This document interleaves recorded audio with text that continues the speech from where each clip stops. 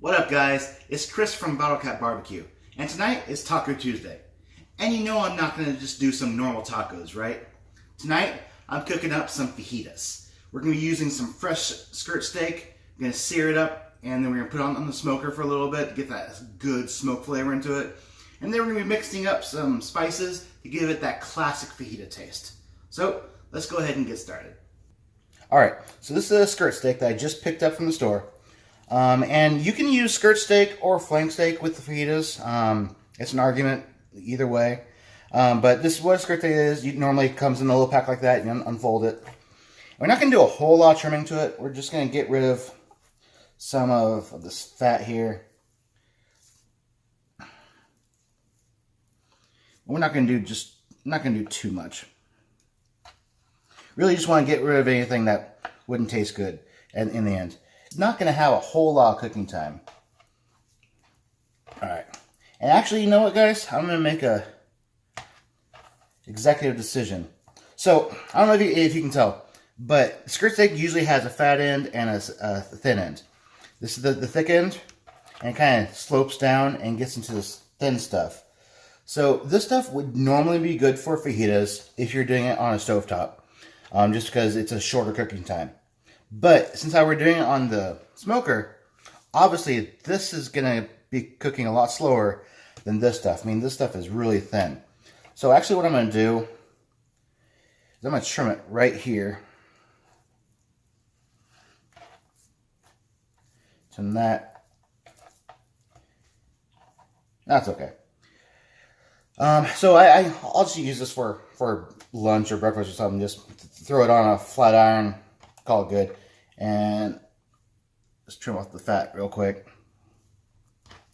Yeah, okay.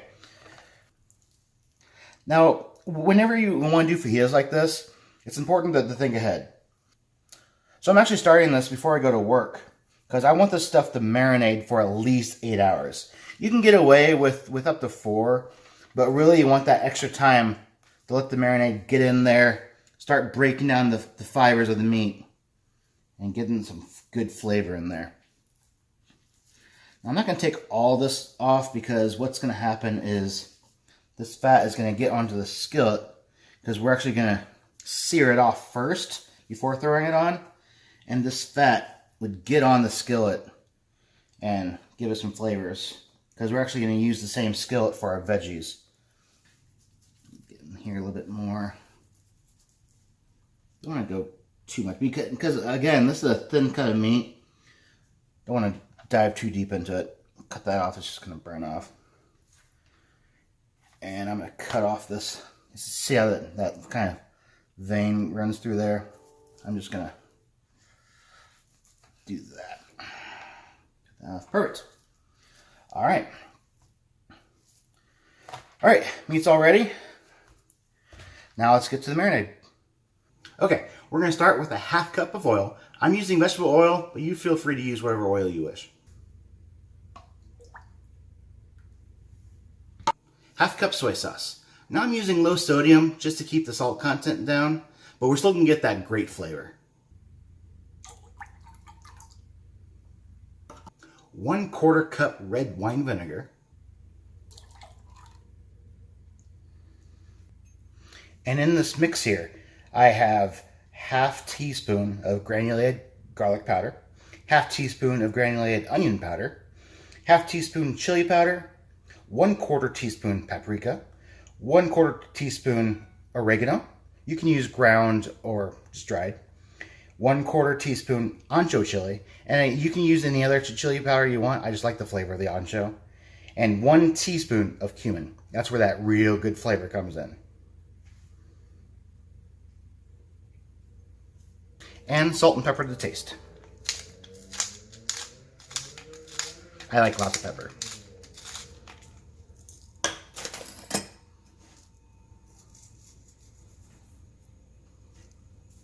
All right. All right, that's all in. Now just give it a good stir.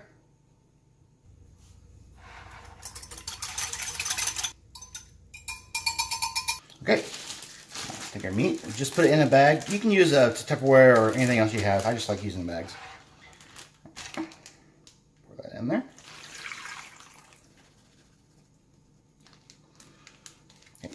Now we got one last thing to add before we close this thing up. All right, last ingredient is fresh cilantro. I just washed it off, and you don't have to worry about taking the leaves off because the stems have tons of flavor in it. So we're probably going to use maybe about a quarter to a half of this bunch. And you don't have to get it really fine, just get it chopped up a little bit. All right, that's probably good. So just another rough chop. All right, that's good. Now just get this all in the bag.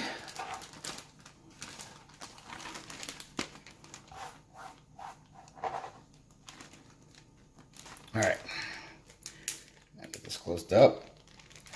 Take a little bit of air out. Don't take all of it out just yet, just because that's cilantro. What we want to do is we want to work it in. Now we could have mixed the cilantro into the bowl before we poured it in, but I like doing it this way, just so I don't kind of rough up the leaves too much when I'm using the whisk. This way, those whole leaves get on the meat. They get rubbed into it, and you release those juices. All right, we are good. So now, open just a corner of it. Now you want to just kind of press, let all the air out. All right, now that's going to go into the fridge, and I'm going to go into work. See you guys in about 8 hours. Can't wait. All right, guys, it's been a long day. Can't wait to get started on these fajitas. So now we're gonna get our veggies all cut up. Everybody knows how to cut veggies, but I just want to show you how I do mine. Okay. Now you want to just do a couple slices in the horizon. Then, doing a sweep motion like this, make cuts, leaving the root intact. So you kind of just smoothing over that root as you cut. Now, like that, you get a fine dice. All right, I'm gonna go ahead and get everything else cut, and we'll be back. All right, so the first half of the onion, I diced up. Really, that shouldn't be a good flavor profile for the veggies and the fajitas. The other half, I'm going to cut into thin strips for the fajitas.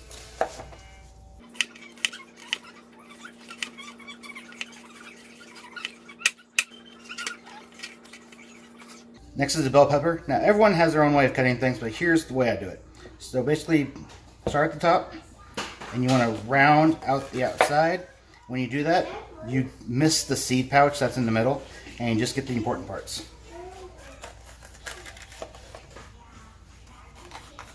If you get a couple seeds, that's okay. All right, and you just throw this part away. And because we're doing fajitas, we're going to be doing strips.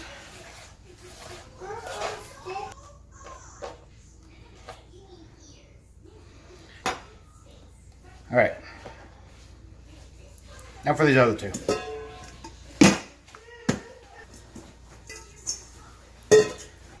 All right, now that's all done. We're gonna get the grill heated up and get the fajita started. All right, so this cast iron pan is coming up to the temp. I need this thing ripping hot. I'm telling you, if you don't have one of these things, you need it. These things are so versatile. I cook bacon, eggs. I bake in this thing. I do cornbread, pies. Just get it. All right, so it's pretty much ripping hot. So what we're gonna do is we're going to sear our fajita meat. All right, we're gonna do this for two reasons. One is to create a nice crust on the outside, sealing in those juices and just cooking, just caramelizing and creating a nice crust. And also, we're putting these flavors into this cast iron pan, which then we're gonna roast our veggies on. So, okay, this thing is ripping hot.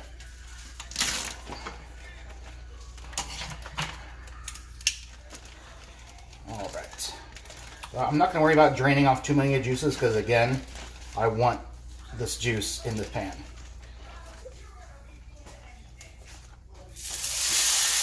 All right.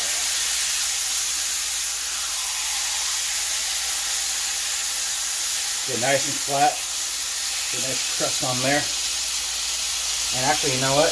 I'm going to pour a little bit more of the juices on here. There we go. That's enough. That's plenty.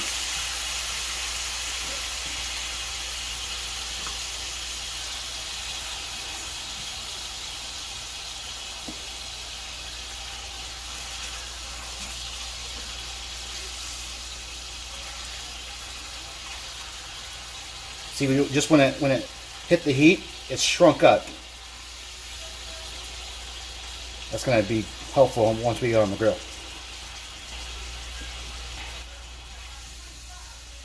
See that nice crust that's forming on there?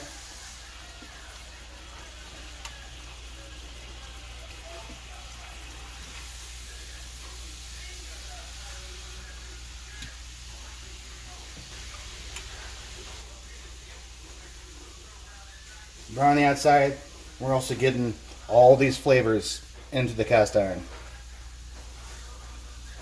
Because when these juices reduce, they kind of caramelize and get thick. That's going to create a great flavor for the vegetables.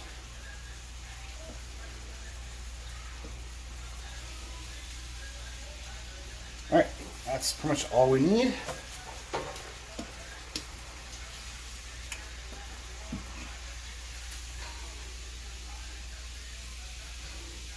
Alright, this is going to go on the grill. Alright, grill's up to temp. We're running at 250 today. Let's get this meat on there. Go right on the bottom tray. Rack. Right on there. You want to kind of square it up because it's going to cook how you put it on there. Square it up.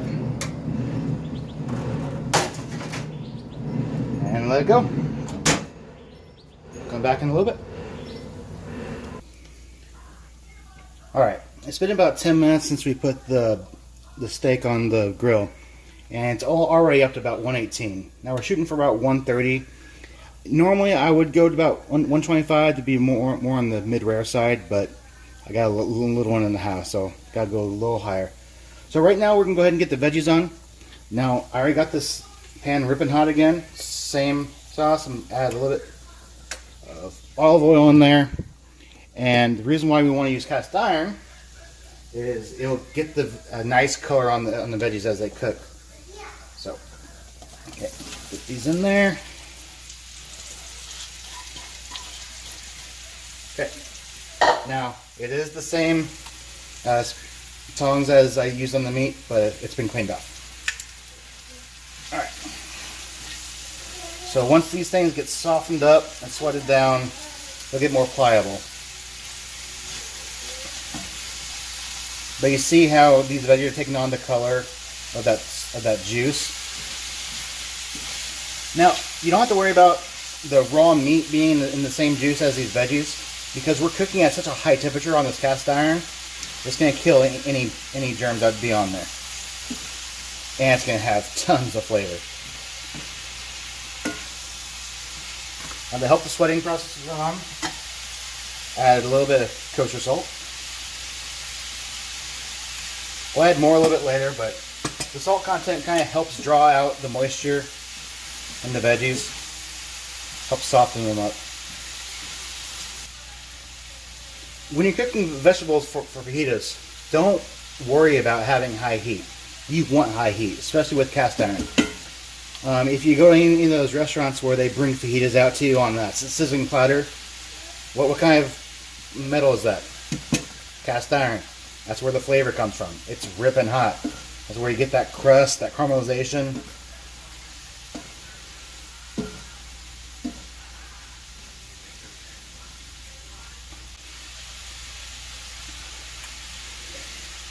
Now, as if there wasn't already enough flavor in here, we're going to add a little bit more. We're going to add a little bit more cumin. Now, I'm not going to tell you quantities because I honestly don't know. Just eyeball it, and it also depends on how many veggies you're cooking. So, more cumin. We're going to use flaked oregano this time, instead of the ground oregano that I used in the marinade.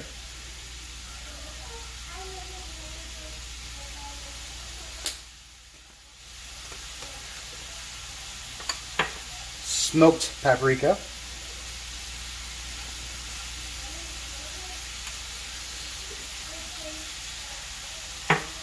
A little bit of pepper. Now, what I have in here is a 3 peppercorn blends, so it has the pink, the white, and the black. Use whatever you want. And a little bit more salt. All right. Okay. Okay, I'm gonna let these cook down. In the meantime, we're gonna go check the meat.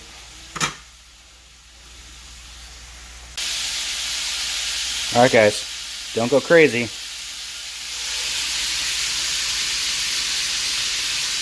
I'm turning the temperature up. Again, I want this cast iron ripping hot. It's not gonna burn, it's gonna caramelize. That just adds that little extra flavor at the end.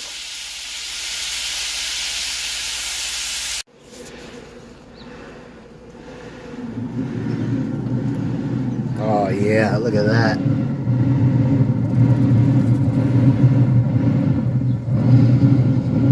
All right.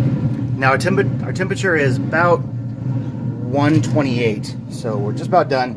What I'm gonna do is I'm gonna flip this just to get some extra color on the other side. And just look at that. It smells awesome.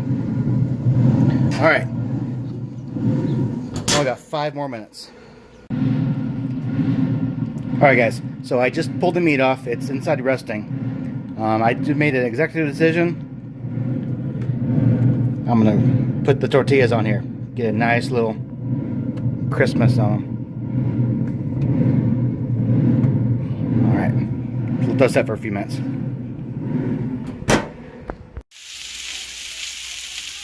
This right here is what you want. Again, you might think it's burning. It's not. This is giving it so much more flavor. See that right there? Oh, it's so good. Alright guys, we're ready. Been resting for about 5 minutes or so. Look at that. Alright, let's get this thing built. Alright, so you can see that the grain is running this way. So when we cut it, we want to cut it against the grain so it's an easier bite. Obviously we don't want to have slices that big, so I'm going to cut it right about here. Oh, look at that. That is beautiful. Alright. Let me cut over here.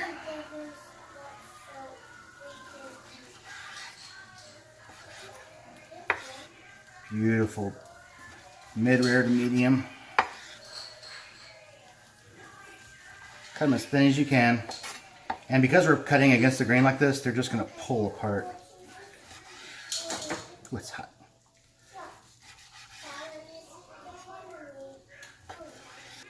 Some of these are more on the mid-rare side. That's what I prefer. But it's because that cut of meat kind of fluctuates from one end to the other. That's why you get those different temperature ranges. All right. Look at that. And just look at that. All right. All right, what we do? Take one of our grilled tortillas, some meat on there. I try to keep it even to meet the veggie ratio. See that? The mid-rare right there? Beautiful. All right, now I get some of our veggies.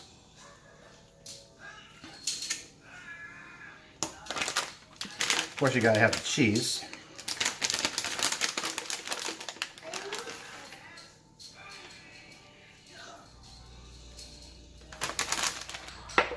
All right, and lastly, now I didn't get fancy this time. I'm just using some good old tiger sauce.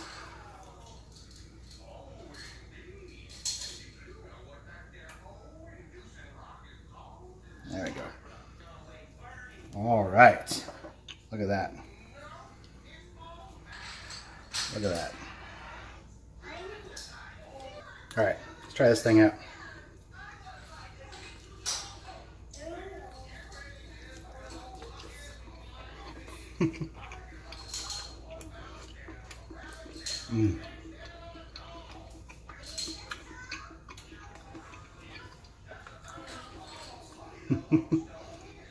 So good. So the mid-roast side area, a little more of a chew to it. Flavor is spot on. And the char on the veggies just gives it that campfire taste to it. Alright, well, I'm going to enjoy this. It's dinner time. Also made some rice. So, hope you guys enjoyed. And you guys comment below. Let me know what you're making for Taco Tuesday. And if you like it, please go ahead and subscribe if you can. Hit that like button. And just keep on grilling.